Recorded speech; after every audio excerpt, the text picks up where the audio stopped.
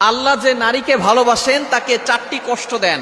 আপনি কষ্টে আছেন তার মানে এই নয় যে আল্লাহ আপনাকে ভালোবাসেন না, আল্লাহ আপনাকে মহব্বত করেন না।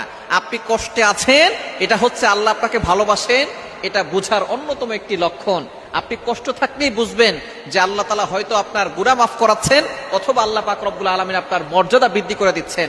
সুতরাং নারীদের জীবনে যদি এই 4টি কষ্ট থাকে, তাহলে বুঝে নিবেন যে আল্লাহ পাক রব্বুল আলামিন আপনাকে ভালোবাসেন, আপনাকে মহব্বত করেন, এবং এই কষ্ট দিয়ে আল্লাহ পাক রব্বুল আলামিন আপনার মর্যাদা বৃদ্ধি করে মৃত্যুর সাথে সাথে আপনাকে জান্নাত দিতে চাচ্ছেন। নাম্বার 1, 1 নাম্বার হচ্ছে মানুষের অন্যায় সমালোচনা।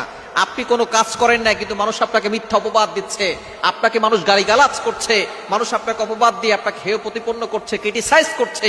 যদি এরকম দেখেন তাহলে মনে করবেন আল্লাহ আপনাকে ভালোবাসে। আল্লাহ পাক রব্বুল আলামিনের একজন বান্দি ছিলেন দুনিয়াতে, যার নাম হচ্ছে মারিয়াম আলাইহিস সালাম। হযরত ইমরান আলাইহিস সালামের কন্যা ছিলেন এবং হযরত ঈসা আলাইহিস সালামের মা ছিলেন। এতটা সম্মানী একজন ব্যক্তি, তাকে মানুষ অপবাদ দিয়েছিল, তাকে মানুষ খারাপ নারী বলে গালি দিয়েছিল। আপনি তো কষ্টে আছেন, আপনাকে তো কেউ খারাপ নারী বলে গালি দিচ্ছে না। একটু দেখেন, মারিয়াম আলাইহিস সালামের দিকে ফোকাস করেন, মানুষ তাকে প্রস্টিটিউট নারী বলে গালি দিয়েছে, নাউজুবিল্লাহ। তার গোত্রের লোকেরা তাকে এই কথা বলে গালি দিয়েছে। আল্লাহ পাক রব্বুল আলামিন তাকে পরীক্ষা করেছিলেন, স্বামী ছাড়া সন্তান দিয়েছেন। জিবরাইল আলাইহিস সালামকে তার কাছে পাঠিয়েছিলেন। জিবরাইল আলাইহিস সালাম তার কাছে গিয়ে বলতেছেন, আপনাকে আল্লাহ তাআলা সন্তান দান করবেন, পুত্র সন্তান, এই সন্তান নবী হবেন। এবার মারিয়াম আলাইহিস সালাম বলতেছেন, আমার তো কোনো স্বামী নাই, স্বামী ছাড়া কখনো সন্তান হয় না। আল্লাহ পাক রব্বুল আলামিনের কথা জিবরাইল আলাইহিস সালাম বলতেছেন, আল্লাহ তাআলা চান একটা নিদর্শন দেখানোর জন্য। আদম আলাইহিস সালাম আর হাওয়া আলাইহিস সালামকে আল্লাহ তাআলা বাবা মা ছাড়াই তৈরি করেছেন।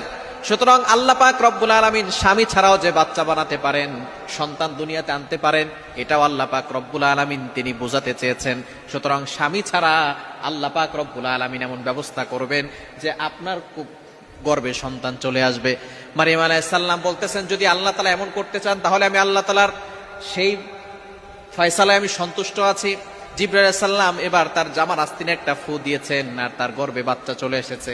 এবার মানুষ যখন তাকে দেখেছে, দেখার পরে তার ব্যাপারে বিভিন্ন ধরনের মতবাদ, অনেক ধরনের অপবাদ দেওয়া শুরু করেছেন।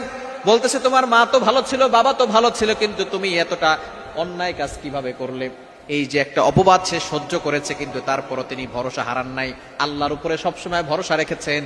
শেষ পর্যন্ত ঈসা আলাইহিস সালাম যখন জন্মগ্রহণ করেছেন, ছোটকাল কোল থেকেই তিনি কথা বলা শুরু করেছেন। তিনি বলেছেন, ক্বালা ইন্নী আবদুল্লাহ আতানিয়াল কিতাব।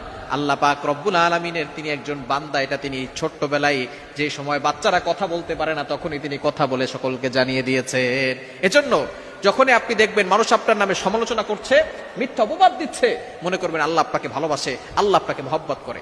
দ্বিতীয় নাম্বার হচ্ছে স্বামী বা পরিবারের অবহেলা। যদি আপনার কাছে এরকম হয়, স্বামী বা পরিবার আপনাকে অবহেলা করছে, মনে করবেন আল্লাহ পাক রব্বুল আলামিন